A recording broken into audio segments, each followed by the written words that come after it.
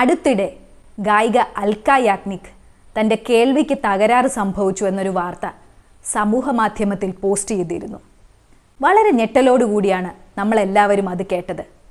സാധാരണ പ്രായമായവരിലാണ് ഞരമ്പിൻ്റെ തകരാറ് കൊണ്ടുള്ള കേൾവിക്കുറവ് പണ്ടൊക്കെ കാണാറ്. എന്നാൽ ചെറുപ്പക്കാർക്കിടയിൽ പോലും ഇന്ന് കേൾവിക്കുറവ് സാധാരണയായിട്ട് കണ്ടുവരുന്നു. അധികം ചർച്ച ചെയ്യപ്പെടാത്ത വിഷയമായതുകൊണ്ടാണ് ഇന്ന് ഈ ഒരു വീഡിയോ ചെയ്യുന്നത്. ഞാൻ doctor Pebitha, Kozhikode district cooperative ഹോസ്പിറ്റലിലെ സീനിയർ കൺസൾട്ടൻറ്റ് ENT സർജൻ.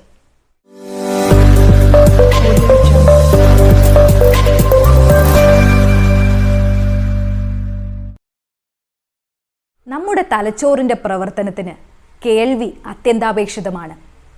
5 പഞ്ചേന്ദ്രിയങ്ങളിൽ നിന്നുള്ള സിഗ്നലുകൾ തലച്ചോറിൽ കൃത്യമായി എത്തുമ്പോഴാണ് ഒരു മനുഷ്യന് ശരിയായ രീതിയിൽ പ്രവർത്തിക്കാൻ കഴിയുന്നത്. എങ്ങനെയാണ് നമ്മൾ പുറത്തു നിന്നുള്ള ശബ്ദങ്ങൾ കേൾക്കുന്നതെന്നാണ് ആദ്യം അറിയേണ്ടത്. കേൾവിക്കുറവിൻ്റെ കാരണങ്ങൾ അടുത്ത വീഡിയോയിൽ ഡിസ്കസ് ചെയ്യുന്നതിന് മുമ്പ് എങ്ങനെയാണ് ഒരാൾ ഒരു ശബ്ദത്തെ കേൾക്കുന്നതെന്ന് നമ്മൾ അറിഞ്ഞിരിക്കണം. നമ്മുടെ മനുഷ്യ ശരീരത്തിൻ്റെ ചെവി 3ആയി തിരിച്ചിരിക്കുന്നു. ബാഹ്യകർണം അഥവാ എക്സ്റ്റേണൽ ഇയർ, മധ്യകർണം അഥവാ മിഡിൽ ഇയർ, പിന്നെയുള്ളത് ഏറ്റവും ഉള്ളിലുള്ള ആന്തരിക കർണം. ബാഹ്യകർണത്തിന് തന്നെ 2 ഭാഗങ്ങളുണ്ട്. ചെവിക്കുട അഥവാ പിന്ന. ഈ ചെവിക്കുടയിൽ നിന്ന് മധ്യകർണത്തിലേക്ക് നയിക്കുന്ന ഒരു ലോങ് ട്യൂബ്, അതാണ് എക്സ്റ്റേണൽ ഓഡിറ്ററി കനാൽ.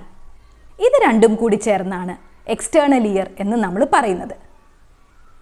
അടുത്ത ഭാഗം ഒരു പെട്ടി പോലെ ഇരിക്കുന്നു. മധ്യകർണം എന്നാണ് ഇതിനെ വിളിക്കുന്നത്. ഈ മിഡിൽ ഇയറിൽ ഇയർ ഡ്രം അഥവാ ടിംബാനിക് സ്തരം അല്ലെങ്കിൽ ടിംബാനിക് മെംബ്രെയിൻ. ഈ ഇയർ ഡ്രമ്മിൻ്റെ കൂടെ നമ്മൾ ബയോളജി ക്ലാസ്സുകളിൽ പഠിച്ച 3 കുഞ്ഞനെല്ലുകൾ, മാലിയസ്, ഇൻകസ്, പിന്നെ സ്റ്റേപ്പീസും. ഈ മധ്യകർണത്തെ ഇന്നർ ഇയർ അഥവാ ആന്തരിക കർണവുമായി ബന്ധിപ്പിക്കുന്ന ഭാഗത്തെ ഓവൽ വിൻഡോ എന്ന് പറയുന്നു. ഈ ഓവൽ വിൻഡോയിൽ നിന്ന് കോക്ലിയയിലേക്കും അതേപോലെ തന്നെ ആന്തരിക കർണത്തിൽ ബാലൻസിൻ്റെ ഇന്ദ്രിയമായ സെമി സർക്കുലർ കനാൽസുമുണ്ട്. അപ്പോൾ ഈ ശബ്ദത്തിൻ്റെ ഇന്ദ്രിയമായ കോക്ലിയയും ബാലൻസിൻ്റെ ഇന്ദ്രിയമായ സെമി സർക്കുലർ കനാൽസും വെസ്റ്റിബുലർ അക്വിഡക്സും ഒക്കെ ചേർന്ന് നമ്മുടെ ഉള്ളിലുള്ള ഓഡിറ്ററി നെർവ്, 8th നെർവ് എന്നാണ് ഇതിനെ പറയുന്നത്.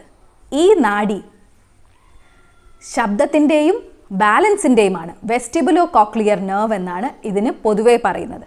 അപ്പോൾ ഈ വെസ്റ്റിബുലോ കോക്ലിയർ നെർവ് എന്ന നാഡിയിൽ നിന്ന് വരുന്ന വൈദ്യുത തരംഗങ്ങൾ വഴിയാണ് ഈ സിഗ്നലുകൾ നമ്മുടെ തലച്ചോറിലെത്തുന്നത്. നമ്മുടെ തലച്ചോറിൻ്റെ ഇരുവശത്തും ടെമ്പറൽ ലോബിലുള്ള ഓഡിറ്ററി കോർട്ടെക്സ് എന്ന ഭാഗമാണ് ഈ ശബ്ദം കേൾക്കാനായിട്ട് നമ്മളെ സഹായിക്കുന്നത്. പുറത്തു നിന്നുള്ള ശബ്ദം എക്സ്റ്റേണൽ ഓഡിറ്ററി കനാലിലൂടെ സഞ്ചരിച്ച് നമ്മുടെ ടിംബാനിക് മെംബ്രെയിൻ അഥവാ ഇയർ ഡ്രമ്മിനെ പ്രകമ്പനം കൊള്ളിക്കുന്നു. ഈ പ്രകമ്പനം ഉള്ളിലോട്ട് മാലിയസ്, ഇൻകസ്, സ്റ്റെപ്പീസ് എന്ന ചെറിയ എല്ലുകൾ വഴി ഓവൽ വിൻഡോയിലെത്തുന്നു. അവിടെ നിന്ന് കോക്ലിയയിലേക്കും കോക്ലിയയിൽ നിന്ന് വെസ്റ്റിബുലോ കോക്ലിയർ നെർവ് വഴി ഓഡിറ്ററി കോർട്ടെക്സിലേക്കും. ഇങ്ങനെയാണ് നമ്മൾ ശബ്ദങ്ങൾ കേൾക്കുന്നത്. അപ്പോൾ ഈ ഒരു പ്രക്രിയയിൽ എവിടെയെങ്കിലും തടസ്സം നേരിട്ടാൽ നമുക്ക് കേൾവിക്കുറവുണ്ടാകുന്നു. കേൾവിക്കുറവിനെ നമുക്ക് 2ആയിട്ട് തരം തിരിക്കാം: കണ്ടക്റ്റീവ് ഹിയറിംഗ് ലോസും സെൻസറി ന്യൂറൽ ഹിയറിംഗ് ലോസും. ചെവിയുടെ മുന്നിലെത്തുന്ന ശബ്ദങ്ങളെ എവിടെയെങ്കിലും ബ്ലോക്ക് നേരിട്ടാൽ അതിന് കണ്ടക്റ്റീവ് ഹിയറിംഗ് ലോസ് എന്ന് പറയുന്നു. നമ്മുടെ ചെവിയുടെ ഉള്ളിൽ ഒരു ഇയർ പ്ലഗ് തിരികെ വെച്ചാൽ എന്താണോ സംഭവിക്കുന്നത് അതിനെയാണ് കണ്ടക്റ്റീവ് ഹിയറിംഗ് ലോസ് എന്ന് പറയുന്നത്.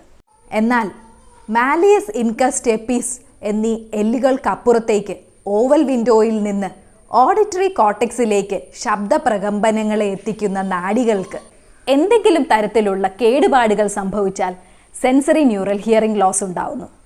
അപ്പോൾ ഈ സെൻസറി ന്യൂറൽ ഹിയറിംഗ് ലോസ് ഉണ്ടാക്കുന്ന കാരണങ്ങൾ എന്തൊക്കെയാണ്?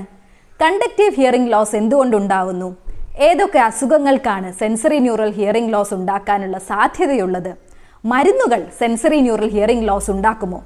ഇത്തരം കാര്യങ്ങൾ ഡിസ്കസ് ചെയ്യാൻ അടുത്ത വീഡിയോ തീർച്ചയായിട്ടും കാണുക. ഈ വീഡിയോ നിങ്ങൾക്ക് ഇഷ്ടപ്പെട്ടെങ്കിൽ എൻ്റെ ചാനൽ സബ്സ്ക്രൈബ് ചെയ്യുക, ഈ വീഡിയോ ഒന്ന് ലൈക്ക് ചെയ്യുക. കേൾവിക്കുറവ് കൊണ്ട് ബുദ്ധിമുട്ടുന്ന ഒരു ഫ്രണ്ടോ ഫാമിലി മെമ്പറോ നിങ്ങൾക്കുണ്ടെങ്കിൽ ഈ വീഡിയോ ഒന്ന് ഷെയർ ചെയ്ത് കൊടുക്കുകയും ചെയ്യുക.